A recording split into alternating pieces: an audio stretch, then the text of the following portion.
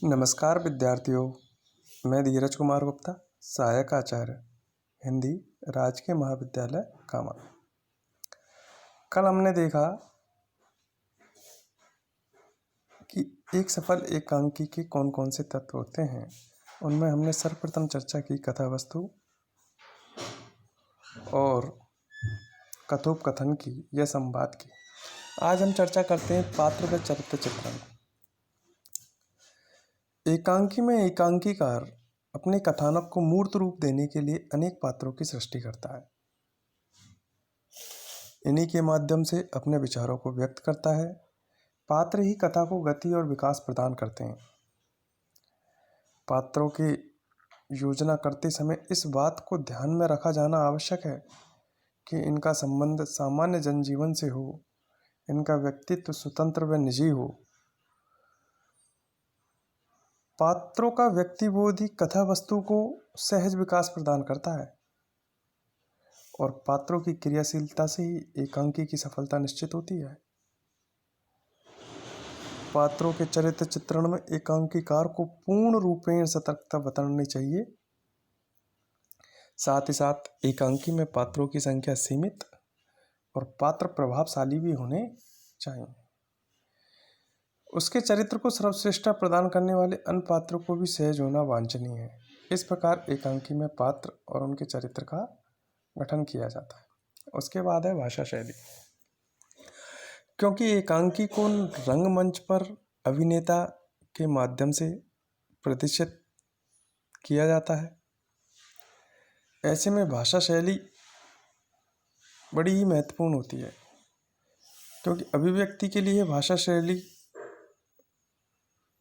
बहुत जरूरी है। भाषा का बोधगम्य होना, सहज व सुगम होना तथा विचारों का प्रेषण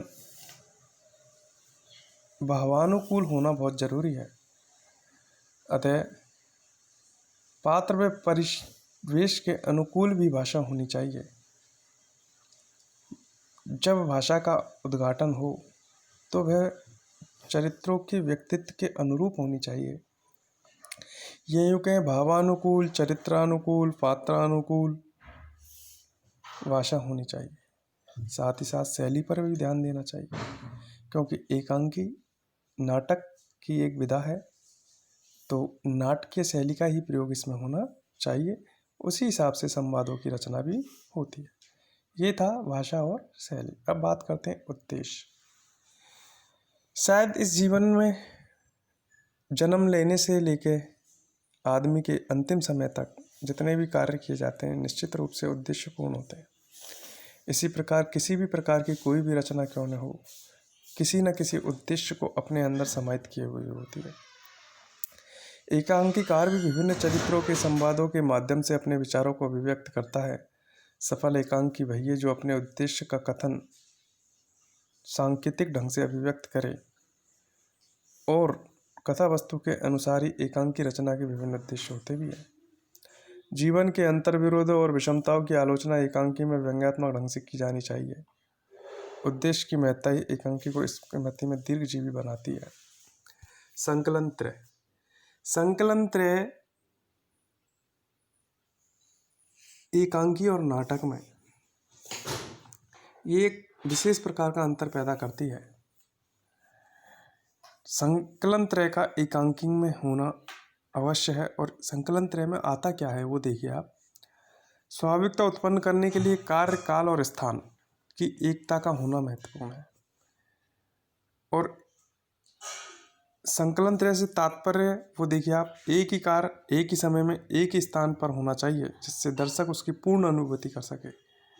किसी घटना या विषय का समय के साथ पूर्ण एक होना एकांकी की सफलता के लिए महत्वपूर्ण होता है।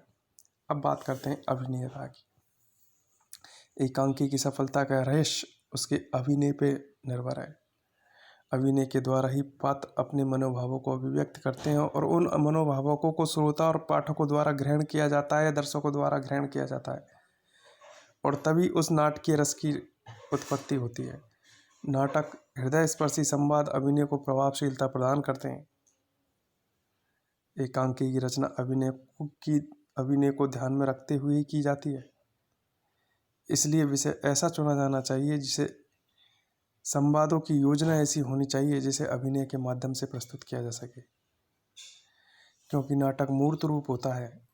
पात्रों के द्वारा उन रंगमंची क्रियाओं को किया जाता है। साथ ही साथ अभिनय के दौरान रंगमंच का साज सज्जा और लोक साज सज्जा का भी विशेष ध्यान रखना चाहिए। पात्रों की वेशभूषा, उनके हाव भाव, अंग संचालन अभिनय को प्रभावशाली बनाते हैं। सभी कुछ कथोपकथनों के द्वारा व्यक्त नहीं किया जा सकता, अतः उसका रंग निर्देश द्वारा भी संप्रेषण आवश्यक है। इसलिए रंगमंच भी और रंगमंच पे किए जाने वाला अभिनय या अभिनेता भी एकांकी की सफलता में महत्वपूर्ण भूमिका निभाते हैं। अंतर्द्वंद, हृदय में परस्पर विरोधी भावों का होना अंतर्द्वंद कहलाता है।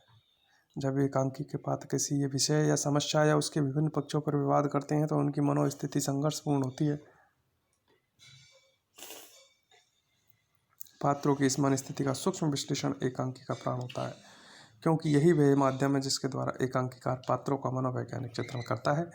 एकांकीकार को इस और विशेष सतर्कता बरतनी चाहिए। इस प्रकार हमने देखा कि एकांकी के अंतर्गत कथानक या कथावस्तु, कथोपकथन, पात्र व चरित्र चित्रण, भाषा शैली, उद्देश्य, अभिनेता और अंतर्द्वंद आदि तत्व पाए जाते हैं। आज के लिए इतना ही। धन्यवाद।